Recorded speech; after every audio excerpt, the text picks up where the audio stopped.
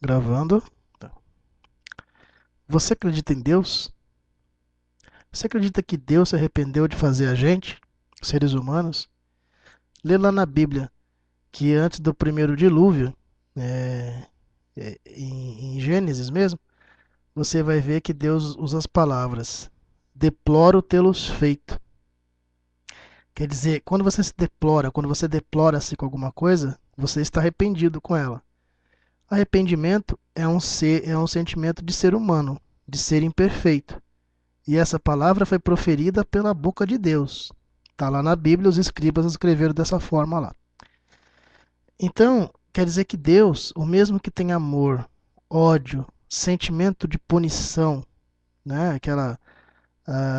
Instituiu leis para que os seres humanos seguissem. E se os seres humanos não seguem essas leis, são punidos, também tem ódio. É um ser extremamente humano. Isso você vê em todas as religiões, todos os seres humanos insistem em dizer que Deus tem a nossa forma, a nossa mente, nossos sentimentos. É uma coisa muito estranha, né? Acreditar que seres tão supremos possam ser limitados pela mente humana. É assim que você pensa?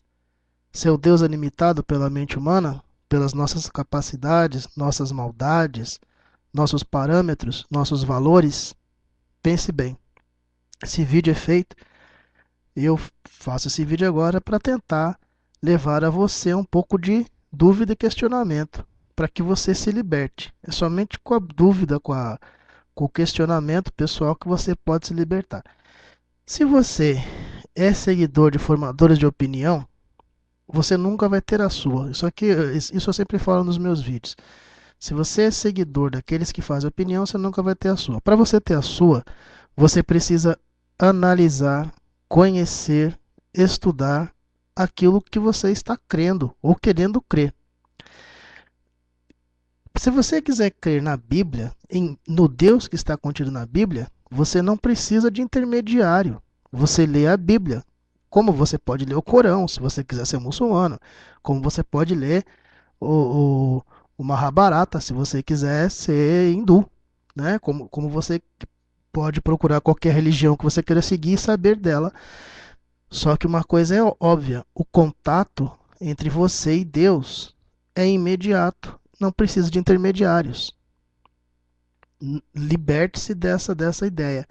Tome suas próprias conclusões e não espere que outra pessoa, que às vezes tem mais dúvida que você, venha te falar o que você deve ou não pensar. Liberte-se.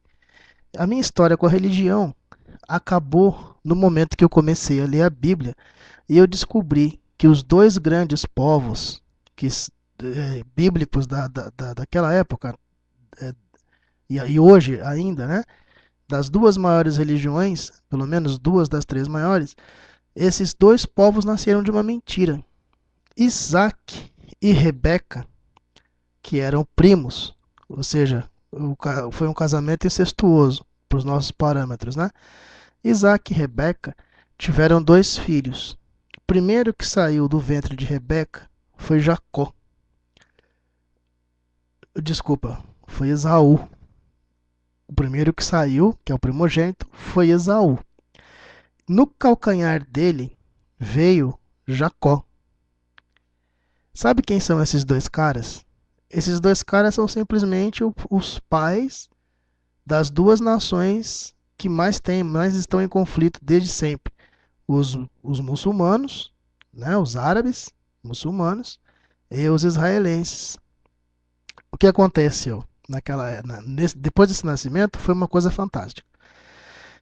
Esaú, que era o peludo da história, esse peludo é um termo pejorativo que denota que quem escreveu a Bíblia já tinha um certo ódio pelo coitado do Esaú, que veio a ser o pai dos árabes. Então Esaú era diferente de Jacó. Jacó era o preferido da mãe, Esaú, o preferido do pai, Isaac. E aí eu vou resumir a história, você mesmo pode ler na Bíblia lá. Como Deus abençoou uma mentira. E aí eu deixei de acreditar. Deus abençoando essa mentira me fez crer que aquela história era pura e simplesmente para que nós, ou não nós, mas o povo da época fosse dominado por aquela historinha besta. O que aconteceu?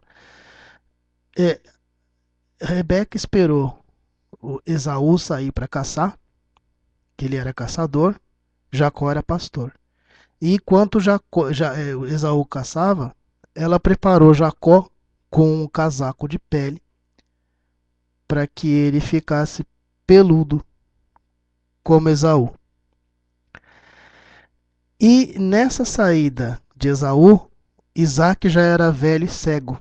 E estava já meio moribundo, já quase próximo da morte. E ele precisava abençoar um dos filhos. Então Rebeca, muito esperta, montou Jacó como se fosse Esaú, fez um cozido de carneiro e levou e mandou o Jacó levar para o pai Isaac, para que o pai abençoasse ele e ele herdasse tudo que era de Jacó, né? Para que Jacó herdasse tudo que era de Isaac, que era um homem muito rico. O coitado aceitou a comida, escutou a voz do filho, que era Jacó, mas desconfiou e pediu para que Jacó chegasse perto dele, passou a mão no lombo, nas costas dele, viu o pelo, falou: tu és mesmo Esaú. Jacó passou por Esaú. Então Isaac abençoou Jacó e Jacó se tornou o pai da religião, da religião judaica, tudo que vem depois de Jacó, quando ele se torna Israel, é embasado numa mentira. Inclusive, Esaú, que deu origem ao povo árabe, também nasceu dessa mentira de Rebeca. E Deus abençoou tudo isso. Eu não acho que isso Deus, porque se você ler lá em Êxodo, você vai ver que Jacó fugiu depois de um tempo pro deserto. E no deserto, o Jacó torna-se Israel porque ele luta com Deus. O próprio Deus desce dos céus ou se materializa, porque o descer, né? Deus não vem nem vai, Deus está sempre. Deus aparece para ele, materializado em humano, um anjo, alguma coisa assim, híbrida, né? E luta com ele. E Jacó era um cara tão forte que o Deus, ou o anjo de Deus, como alguns falam, mas que era Deus, era uma deidade, era a força superior, só conseguiu vencer a luta porque encostou no Jacó numa parte da coxa onde deu uma cãibra nele. Aí ele ficou torto no chão, não pôde mais brigar. Inclusive, Israel significa aquele que luta com Deus. Essa é a tradução da palavra do nome Israel. Então, nesse dia, esse Deus que luta com Israel, com Jacó, fala: Tu mudarás teu nome para Israel, e de tu nascerá uma grande nação, que é o povo judeu. E tudo o que é acreditado pelo povo judeu, toda a religião é embasada nesse fato da criação do povo judeu por intermédio de Jacó, que virou Israel. Então, a Torá e toda a Cabala e toda a literatura que vem depois desse fato é oriundo de uma mentira. Tudo é mentira. Foi de uma mentira que nasceu uma grande nação como Israel. Então eu parei de acreditar nesse momento, né? Na Bíblia, em tudo que é religião, pelo menos a religião humana que nos é imposta e nos cega para que fiquemos com medo e acreditemos em Deus por medo e não por amor, que as nossas religiões judaico-cristãs pregam o medo de Deus e não um amor pleno que Deus usou para criar o ser humano. Não entra na minha cabeça também a história de que Deus criou o ser humano, criou o mundo atômico, esse mundo material, e se arrependeu. Não existe isso. É por isso que eu não acredito no Deus bíblico, porque se existisse um Deus bíblico com a mente humana que nós criamos para esse Deus, com essa imagem humana, esse Deus nunca teria criado um mundo imperfeito como é. Deus, se caso Deus quisesse realmente que os seres que ele criou, ele, aspas, tá? Que eu não sei o que é Deus, não, não, pelo menos esse Deus bíblico que a gente cria com forma humana, geralmente é homem, né?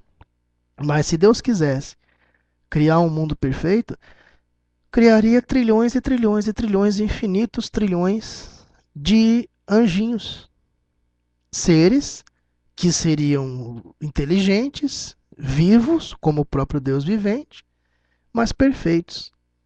Não precisaria criar o ser humano para um ser tão imperfeito e outros tantos seres que aqui habitam, que passam, que sofrem diuturnamente, porque a vida é sofrimento. A vida não é vida, a vida é morte.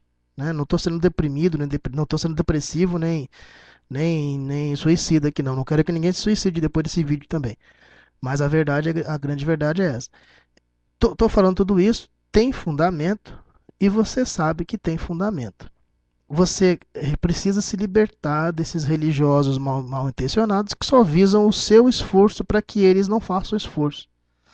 Eles visam o seu bolso, a sua renda, né? Porque você não consegue dissociar, você não consegue separar religião de negócio. Nunca houve essa separação. Você pode ver que os primeiros, no tempo da Bíblia, os sacrifícios que eram feitos, a imolação dos animais, né? Sabe quem comia a carne desses animais? Os sacerdotes, os que tinham contato com Deus.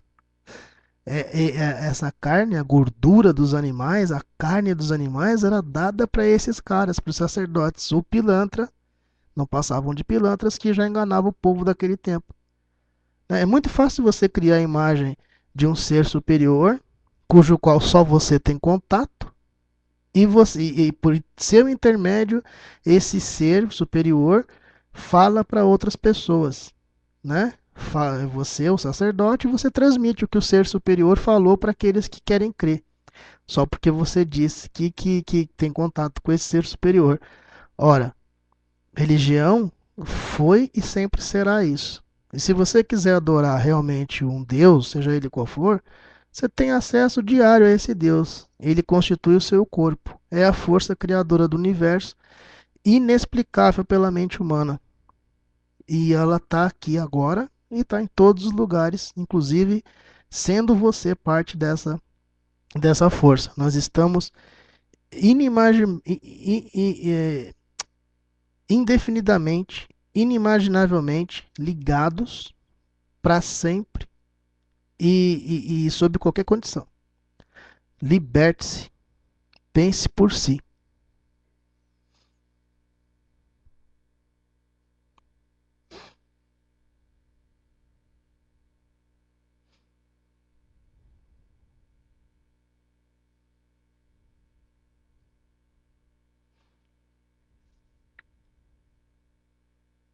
Eu acho que o YouTube tá louco.